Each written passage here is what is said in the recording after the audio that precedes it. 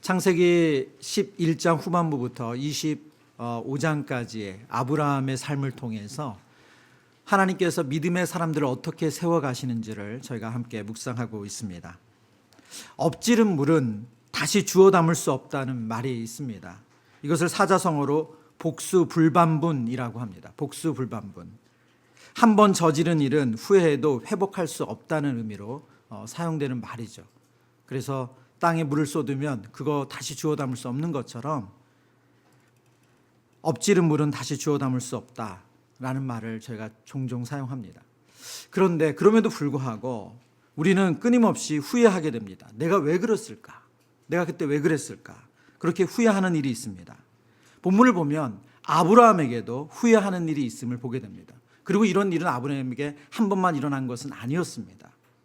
오늘 본문을 보면 두고두고 아브라함이 내가 그때 왜 그랬을까 후회할 만한 사건입니다. 먼저 아브라함은 심한 기근이 찾아오자 대다수의 사람들이 기근 때 하는 선택처럼 하나님이 약속하신 땅을 버리고 애굽으로 내려갑니다. 또한 그의 잘못된 선택은 여기서 그치지 않고 애굽에 도착해서는 자신의 안전과 생명을 위해서 자기 살겠다고 아내를 누이라고 속이는 거짓말을 합니다. 그리고 그것이 그냥 거짓말로 그친 것이 아니라 아내를 다른 사람에게 내어주는 일까지 하게 됩니다. 만약 우리의 인생에 아브라함이 행한 것과 같은 이런 후회되는 일을 기록해서 수많은 사람들이 그것을 읽는다면 아마 저와 여러분은 얼굴 들고 다니기 어려울 거예요. 그런데 성경은 이런 이야기들로 가득합니다. 성경은 인생의 어두운 면을 감추지 않고 그대로 보여줍니다. 왜 그럴까요? 성경이 말씀하시는 인생은 나의 스토리가 아니라 나를 구원하시는 하나님의 스토리이기 때문에 그렇습니다. 나와 함께 하시는 하나님의 스토리. 그래서 인간의 흑역사를 감추지 않고 하나님은 그것을 드러내십니다. 아브라함의 어두운 이야기를 통해서 하나님께서 우리를 부르신 그 부르신 하나님은 어떤 분이시고 또 그 하나님께서는 우리의 믿음을 어떻게 성장시켜 가시는지를 오늘 말씀을 통해서 함께 깨닫기를 원합니다. 첫 번째, 애굽으로 내려간 아브라함이 주는 영적인 교훈은 고난과 환난에 우리가 피할 곳은 하나님의 그늘 아래밖에 없다는 것입니다. 본문 10절의 말씀을 제가 읽어드립니다. 10절입니다. 그 땅에 기근이 들었으므로 아브라함이 애굽에 거류하려고 그리로 내려갔으니 이는 그 땅에 기근이 심하였습니다. 성경은 반복해서 그 땅에 기근이 들었다, 기근이 심하다라는 것을 알려주고 있습니다. 가나안 땅은 젖과 꿀이 흐르는 땅으로 소개되어 있죠. 농사가 잘 되고 그러면 작물의 이 작황이 좋은 땅입니다. 목축하기에 좋은 땅이에요.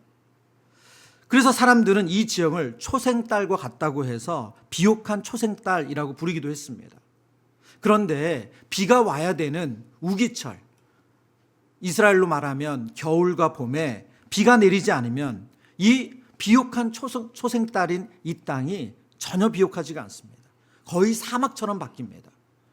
그래서 철저히 비를 주시는 하나님을 의지해야 하는 땅이 바로 팔레스타인이고 하나님께서 아브라함에게 허락하신 땅입니다.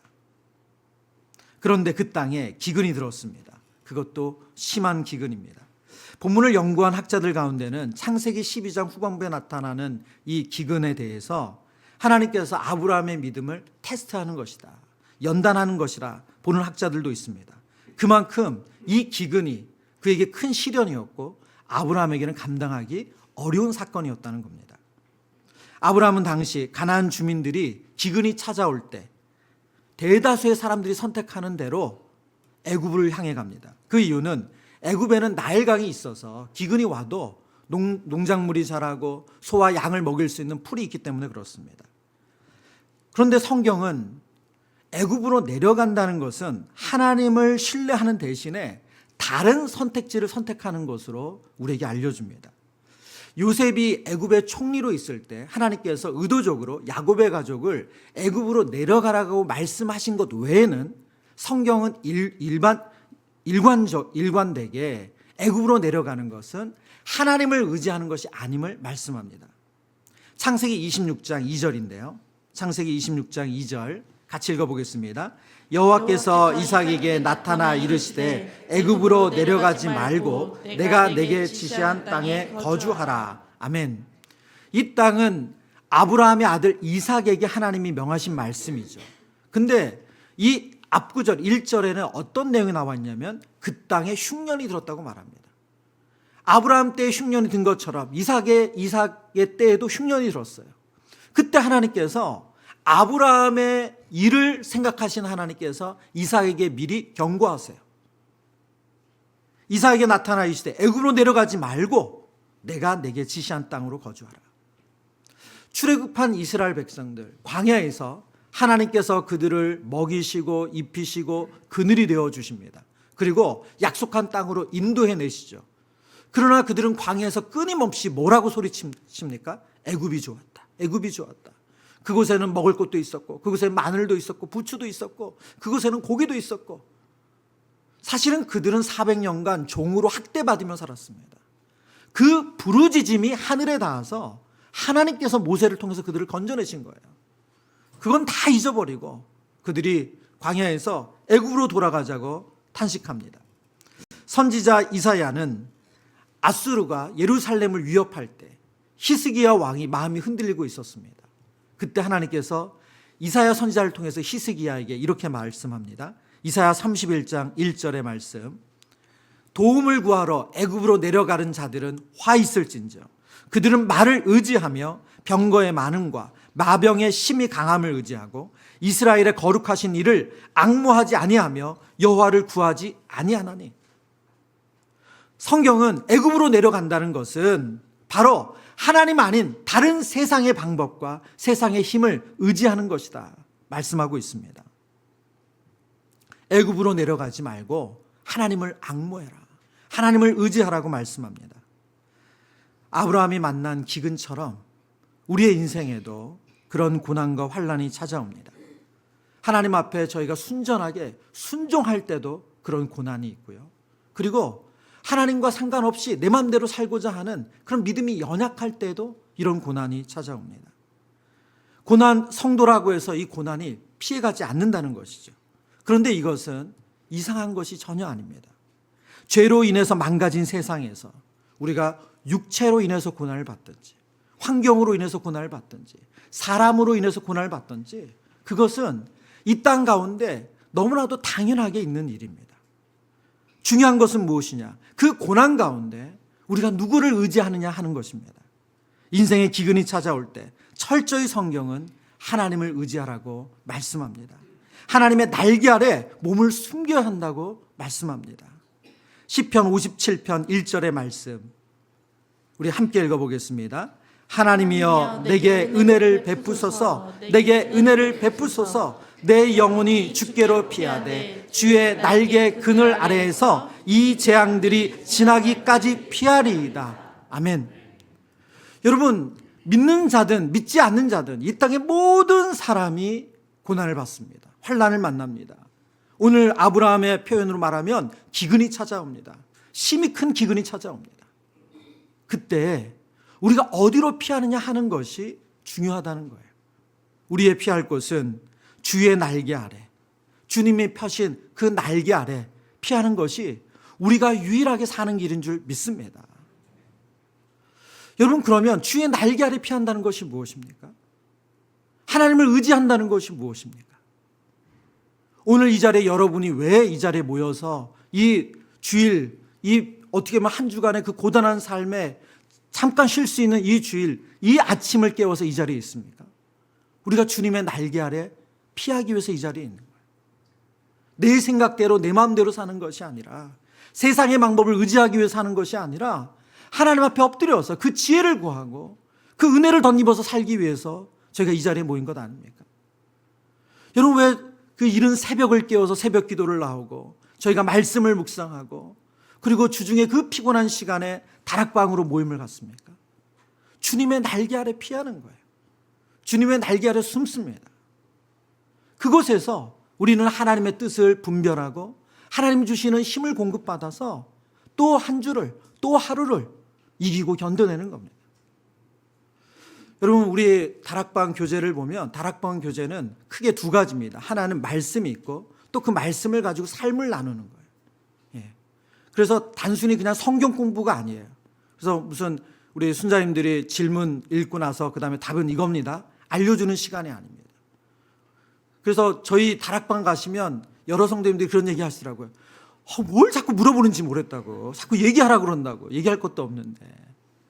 맞습니다. 이게 참 부담스러운 일이에요. 근데 오늘 아브라함을 우리가 배우는 것과 똑같습니다. 말씀이 우리의 삶에 정보로, 지식으로만 들어온다면 우리의 삶에 아무 변화도 없습니다. 우리가 그거 모르나요? 알아요.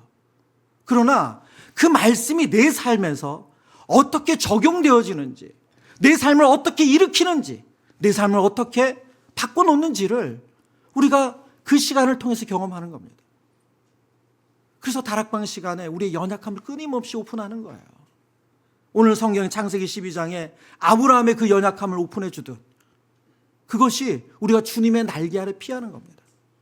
여러분, 매일 성경 가지고 큐티 하는데 1년 큐티해도 삶이 안 변하는 분들이 있어요. 왜 그럴까요? 여러분, 그것이 내 삶을 오픈해야 돼요. 나의 연약함을 오픈해야 돼요. 나의 정말 밑바닥에 있는 것을 하나님 앞에 말씀에 들춰내야 돼요. 그럴 때 그 말씀의 능력을 덧입는데 그냥 하나님 이렇게 말씀하셨구나, 아유 벌써 사도행전이네. 여러분, 그 일 가지고는 아무리 그 말씀을 우리가 정보로, 지식으로 대해서는 아무런 일이 일어나지 않는다는 거예요. 주의 날개 아래 피한다는 것은 우리 안에 있는 밑바닥에 있는 내용을 보여드리는 거예요. 하나님, 저 어제 이런 일이 있었어요. 하나님, 저 내일 어떡합니까? 하나님, 저 이번 달에 막을 이게 있는데 어떻게 막습니까? 하나님 앞에 우리의 그 자질구레한 마음까지도 오픈하고 은혜를 구하는 거예요. 오늘 시편의 기자가 그 마음으로 지금 이 시를 노래하는 건 아닙니까? 하나님이여 내게 은혜를 베푸소서, 내게 은혜를 베푸소서. 내 영혼이 주께 피하되 주의 날개 그늘 아래서 이 재앙들이 지나가기까지 피하리이다. 이 재앙들이 지나가기까지 피하리이다. 저와 여러분이 하나님의 말씀의 날개 아래, 하나님의 은혜의 날개 아래, 하나님의 사랑의 날개 아래 피해서 이 재앙들이 지나가는 은혜 누리시기를 축복합니다. 두 번째, 애굽으로 내려간 아브라함이 주는 영적인 교훈은 하나님을 바라보지 않을 때 죄가 문 앞에서 기다린다는 거예요. 기근을 피하기 위해서 애굽으로 내려간 아브라함이 가졌던 그 안도감, 이제 먹을 것 있겠다, 이제 물이 있겠다, 이제 소와 양 떼 먹일 풀이 있겠다, 그 안도감을 얼마 가지 못했습니다. 12장 12절을 볼까요? 창세기 12장 12절 같이 읽습니다. 애굽 사람이 그대를 볼 때에 이는 그의 아내라 하여 나는 죽이고 그대는 살리리니. 아멘. 여러분 보세요. 그가 애굽에 내려왔어요. 이제 양식도 있고 물도 있고 소와 양을 먹일 풀도 있고 이제 살았다. 그 안도를 하지 않았겠어요? 그런데 웬걸요? 바로 그 다음 구절에 뭐라고 말하냐면 나는 죽이고 그대는 살리니. 지금 아브라함이 애굽에 오고 나서 죽음의 위협, 살해의 위협을 느낀다는 거예요. 지금 그 얘기를 하고 있습니다. 기근의 위협에서 직접적인 살해의 위협으로 문제가 바뀌었어요. 여러분, 얼마 지나지 않아서 실제로 애굽 왕 바로가 아브라함의 아내 살해를 취한 것을 보면 이것은 아브라함의 그냥 너무나도 과한 이 망상이 아니라 정말 그런 구체적인 염려고 근심의 이유는 맞았던 것 같아요. 이런 실제적인 위협 앞에서 아브라함은 믿음의 시선을 잃어버리니까 정말 고장난 나침판처럼 또 잘못된 선택을 하게 됩니다. 창세기 12장 13절 제가 읽습니다. 원하건대 그대는 나의 누이라 하라. 그러면 내가 그대로 말미암아 안전하고 내 목숨이 그대로 말미암아 보존되리라 하니라. 지금 내가 죽을 것 같으니 내 안전이 내 생명이 위협을 받고 있으니까 당신 내 아내라고 말하지 말고 누이라고 하자. 창세기 20장에 보면 비슷한 사건이 또 나오죠. 그때 아브라함은 이런 변명을 해요. 실제로 제 누이입니다. 왜냐하면 사촌 동생이거든요. 그렇기 때문에 그런 자기 안에 그런 합리화가 있었는지도 몰라요. 여러분, 애굽으로 내려올 때 아브라함이 가족들에게 뭐라고 설득했겠어요? 어떤 명분을 가졌겠어요? 우리가 애굽으로 내려가면 우리 모두 잘 산다. 이 위기 잘 지나갈 수 있다. 그런데 지금 자기 한 사람 살겠다고 아내를 파는 일을 선택하는 거죠. 그 명분은 다 사라지고 자신의 안전과 생명을 지키는 것이 모든 것의 우선순위가 되었습니다. 성경은 아브라함의 이 행동을 아주 악하게 봅니다. 부부의 의리를 저버리는 행동은 물론이고 하나님의 약속을 깨트리는 행동이기 때문에 그렇습니다. 하나님은 아브라함을 부르실 때 아브라함에게 어떤 약속을 하셨어요? 내가 너를 큰 민족을 이루고 복의 근원 삼겠다 약속하셨습니다. 그러기 위해서는 하나님께서 그 약속을 주신 대상 아브라함과 사레를 통해서 그 두 사람 사이에서 자손이 태어나야만 돼요. 아브라함의 이 행동은 하나님의 부르심을 헛되게 하는 것이고 더 근원적으로 하나님의 구원 계획을 방해하는 것입니다. 신약 성경에 아브라함의 자손에 대해서 갈라디아 3장 16절에 이렇게 말씀합니다. 우리 이 약속의 말씀 같이 읽습니다. 이 약속들은 아브라함과 그 자손에게 말씀하신 것인데 여럿을 가리켜 그 자손들이라 하지 아니하시고 오직 한 사람을 가리켜 내 자손이라 하였으니 곧 그리스도라. 아멘.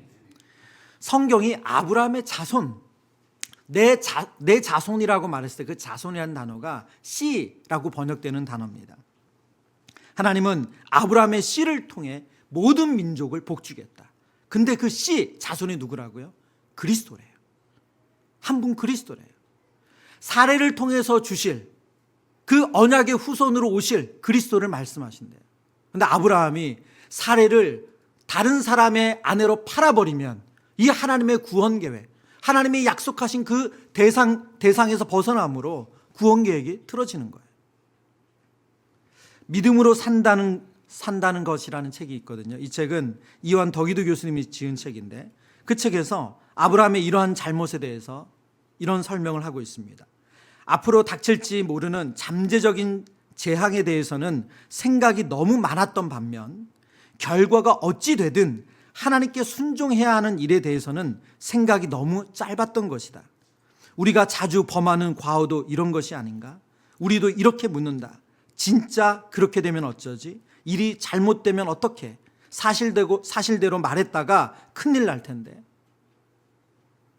잠재적인 재앙, 앞으로 일어날 일에 대한 그 잠재적인 재앙에 대해서는 너무 생각이 많지만 하나님께 순종해야 되는 것에 대해서는 생각을 그렇게 깊게 안 한다는 거예요. 오늘 본문을 보면 세상을 의지하고자 하는 아브라함의 이 행동은 한 번으로 멈추지 않고 계속 이어집니다. 반복되죠. 여러분, 우리가 세상을 의지하기 시작하면 그때부터 꼭 늪에 들어가는 것처럼 그 다음이 기다리고 있어요. 애굽으로 피할 때까지 남들도 다 그렇게 하니까 그 정도밖에 생각 안 했을 거예요. 그런데 애굽에 도착하고 나니까 또 다른 위협이 있어요. 그러니까 아내를 파는 일을 해요. 거짓말을 해요.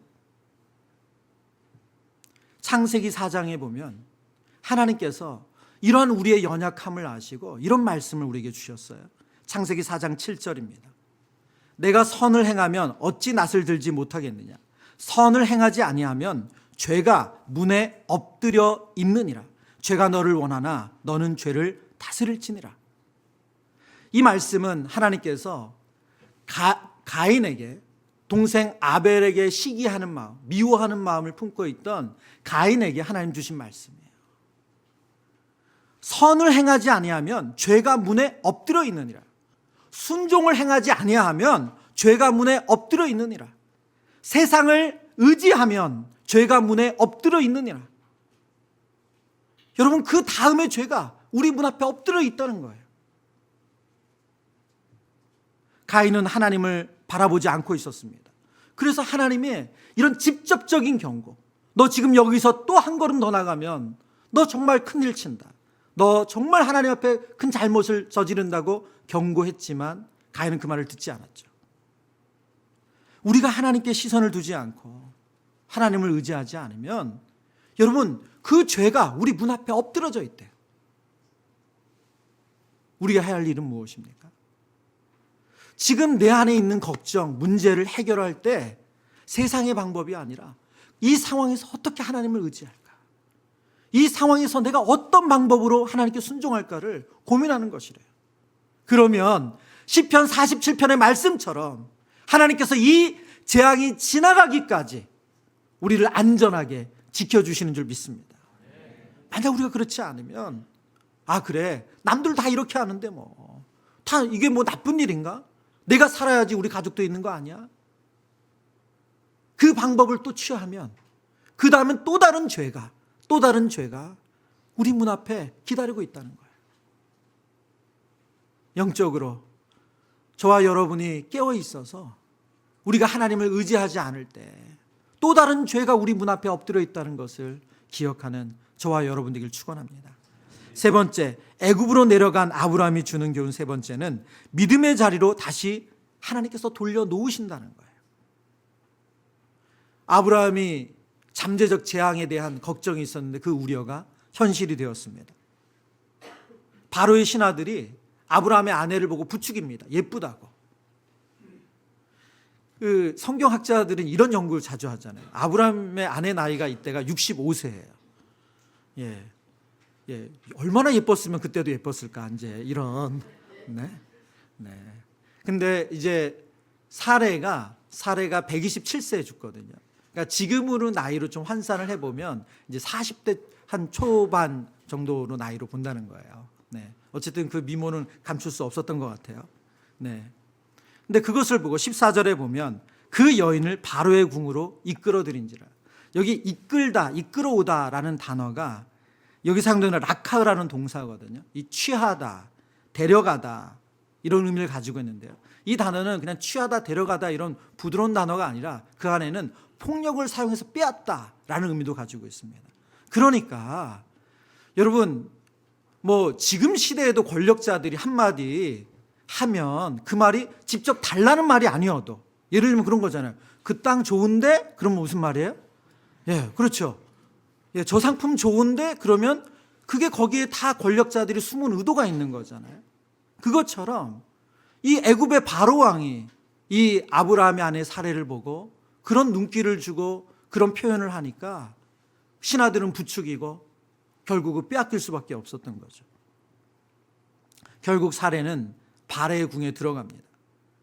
아브라함은 아내를 동생이라고 속여서 내준 대가로 본문에 보면 양과 소와 노비와 암수 나귀와 낙타를 얻게 됩니다.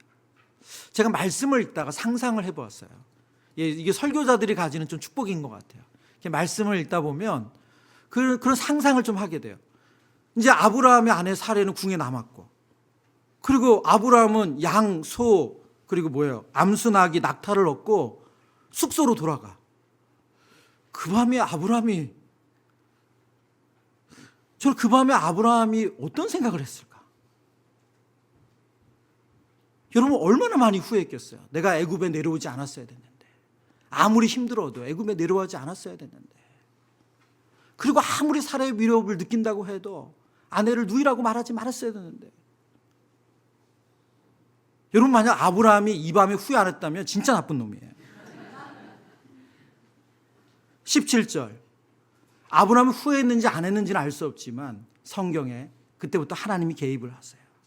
17절 말씀 같이 읽습니다. 여호와께서 아브라함의 아내 사레의 일로 바로와 그 집에 큰 재앙을 내리신지라. 아멘. 아브라함은 무기력했습니다. 아브라함은 무지할 뿐만이 아니라 무기력했어요. 그러나 능력 있으신 하나님, 우리의 삶을 인도하시는 하나님께서 간섭을 하세요. 아브라함의 믿음 없는 행위에도 불구하고 자기 백성을 보호하시기 위해서 나서십니다. 사례를 구출하기 위해서 하나님이 직접 나서섰어요. 그래서 17절에 보면 이 일로 인하여 바로의 집에 큰 재앙이 내렸음을 말씀합니다. 이 재앙이라고 쓰인 단어가 네가라는 히브리어인데요. 이 네가라는 히브리 재앙이라는 단어는 특별히 피부병에 자주 사용되는 단어래요. 그래서 성경학자들은 이 재앙이 악성 피부 질환이 갑자기 생겼을 거다라고 해석을 합니다. 그러니까 하나님께서 눈에 보이는 재앙, 딱 갑작스러운 눈에 보이는 재앙을 통해서 모든 사람들이 알 수 있도록 보여주셨다는 거죠. 고대 사회는 이런 재앙이 내리면 이것이 누구로 인한 것인지, 그리고 무엇 때문인지 아주 민감합니다. 특별히 왕궁은 말할 것도 없죠. 이 본문에 보면 바로가 이 재앙을 맞이고 나서 바로 아브라함을 혼내는 장면이 나오거든요. 그럼 여러분 이 행간에 무슨 일이 있었겠어요? 재앙이 생겼을 때 아브라함을 바로 부른 게 아니죠. 아브라함 벌써 아내를 누이라고 속인 사실을 알고 있어요. 누구를 추궁했다는 거예요? 그렇죠. 사례를 추구한 거예요. 예. 궁에 재앙이 임하니까 이 일이 누구로부터냐? 왜 이런 일이 생겼냐? 그 주술사들과 많은 사람들이 의논하지 않았겠어요? 그리고 났더니 왕이 데려온 여인이 하나 있는데 그것 때문에 아닐까요? 그러면서 사례를 불러다 묻지 않았겠어요? 너 나에게 속이고 있는 거 있으면 얘기해. 본문 18절 19절을 볼까요? 18절 19절. 바로가 아브라함을 불러서 이르되 내가 어찌하여 나에게 이렇게 행하였느냐? 내가 어찌하여 그를 내 아내라고 내게 말하지 아니하였느냐? 19절. 내가 어찌 그를 누이라 하여 내가 그를 데려다가 아내를 삼게 하였느냐? 내 아내가 여기 있으니 이제 데려가라 하고. 아브라함이 알려주지 않아도 그 재앙을 통해서 이 재앙이 왜 일어났는지를 추적하는 과정 가운데 아브라함이 속였다는 사실을 다 알고 있습니다. 근데 본문에 보면 지금 바로가 아브라함을 추궁하는 데 사용되는 의문사가 있어요. 어찌하여, 어찌하여, 어찌하여. 3번이나 반복해서 지금 아브라함을 혼내듯 아브라함을 추궁하면서 이 말을 하거든요. 근데 이 어찌하려는 히브리어 단어가 히브리어 발음으로 마입니다. 이 마예요. 마. 여러분 이제 한 주간 잊지 않으실 거예요. 예. 아브라함의 죄를 추궁하면서 어찌하여 끊임없이 추궁하는 거예요. 여러분, 이 추궁은 바로의 입을 통해서 누가 하시는 거예요? 하나님이 하시는 거예요. 너 어쩌자고 이런 일을 벌이니? 내 약속 저버리고 나를 신뢰하지 않고 어떻게 이렇게 악한 일을 할 수 있니? 하나님은 아브라함을 복의 근원으로 불러주셨습니다. 그런데 아브라함은 지금 복을 흘려보내는 사람이 아니라 뭘 흘려보내고 있어요? 재앙을 흘려보내고 있어요. 여러분, 우리가 하나님께 순종하지 않고 하나님의 백성들, 거룩한 하나님의 자녀들이 하나님께 순종하지 않고 그 사명을 잃어버리면 우리는 복을 흘려보내는 것이 아니라 재앙을 흘려보낼 수 있다는 거예요. 그 결과 세상 왕에게 호되게 꾸짖음을 당합니다. 놀랍게도 본문을 보면 바로는 아브라함에게 그 어떤 형벌을 주지 않아요. 왕을 속였음에도 불구하고. 여러분, 그 정도면 뭐 매를 때려도 되지 때리거나 혹은 아브라함을 죽여도 되는 거 아니에요? 왕을 그렇게 가볍게 여겼는데. 근데 전혀 그러지 않아요. 이것은 아마도 하나님 주시는 재앙이 너무나도 컸던 것 같아요. 그래서 아브라함과 그 아내와 소유를 그대로 돌려보냅니다. 20절 말씀 같이 읽어보겠습니다.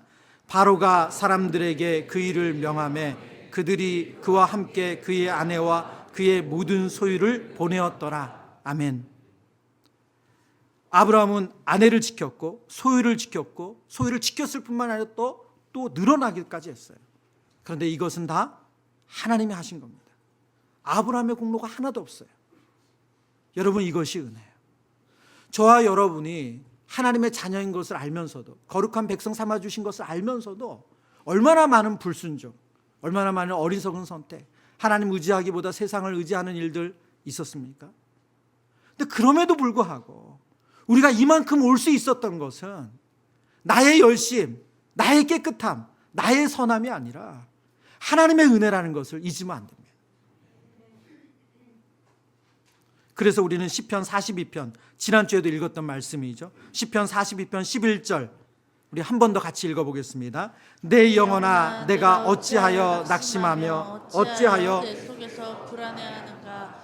너는 하나님께 소망을 두라. 나는 그가 나타나 도우심으로 말미암아 내 하나님을 여전히 찬송하리로다. 아멘. 너는 하나님께 소망을 두라. 나는 그가 나타나 도우심으로 내 하나님께 소망을 두라. 그가 나타나 도우심으로. 저와 여러분의 인생에 하나님은 간섭하시고 개입하시고 도우시길 원하시는 줄 믿습니다. 여러분, 너무 두려울 때가 있어요. 이 문제, 이 일, 내 힘으로는 도저히 해결할 수 없어서 하나님께 무릎을 먼저 꿇기보다, 하나님의 뜻을 구하기보다, 잠잠히 있기보다 뭐라도 해야 될 것처럼 그런 두려운 마음이 정말 우리의 마음을 가득 채울 때가 있습니다. 그때 오늘의 말씀을 기억하셔야 돼요. 기근이 찾아오고 심한 기근이 찾아올 때 우리가 할 것은 그 불안하고 두려운 마음을 가지고 하나님 앞에 나아가는 겁니다. 주의 날개에 피하는 겁니다. 그러면 그가 나타나 도우신대요. 여러분, 우리 인생을 돌아보면 하나님의 도우심의 연속이었어요. 그래서 오늘 우리가 이 자리에 거뜬히 있는 겁니다. 우리는 언제 나를 도우셨나 그러시지만 여러분, 정말 우리가 그렇게 망각을 잘해요. 하나님의 실제적인 그 수없는 도우심의 연속이 오늘 우리를 이 자리까지 있게 했어요. 여러분, 한번 오늘 숙제 드릴게요. 가정으로 돌아가셔서 점심 식사하시고 저녁 식사하시고 그러시기 전에 정말 20-30분만 시간 내서 돌아보세요. 하나님이 여러분의 인생을 어떻게 도우셨는지. 그가 나타나 도우심이로다. 이것은 성경에만 기록되어 있는 내용이 아니라 우리의 인생 곳곳에 남아있는 하나님의 아주 분명한 흔적인 줄 믿습니다. 마무리합니다. 창세기 13장 1절인데요. 창세기 13장 1절. 아브라함이 애굽에서 그와 그의 아내와 모든 소유와 롯과 함께 네겝으로 올라가니. 제가 왜 이 말씀을 마무리 말씀으로 읽냐면 이 장소 때문에 그렇습니다. 어느 장소? 네겝이에요. 네겝. 하나님께서 아브라함, 그의 아내, 모든 소유 그리고 롯을 어디로요? 네겝으로 올려놓으셨어요. 창세기 12장 9절. 오늘 본문이 시작하는 게 10절이죠. 그 바로 앞절의 9절의 내용을 보면 아브라함은 또 길을 떠나서 줄곧 남쪽으로 간다고, 우리 개역개정은 남방으로 옮겨졌다 이렇게 말하거든요. 근데 표준 세번역은 뭐라고 번역하냐면 아브라함은 또 길을 떠나서 줄곧 남쪽으로 가서 네겝에 이르렀다 이렇게 말해요. 하나님은 하나님이 약속하신 땅 그 네겝을 떠난 아브라함을 다시 어디로 옮겨 놓으셨어요? 다시 네겝으로 옮겨 놓으셨어요.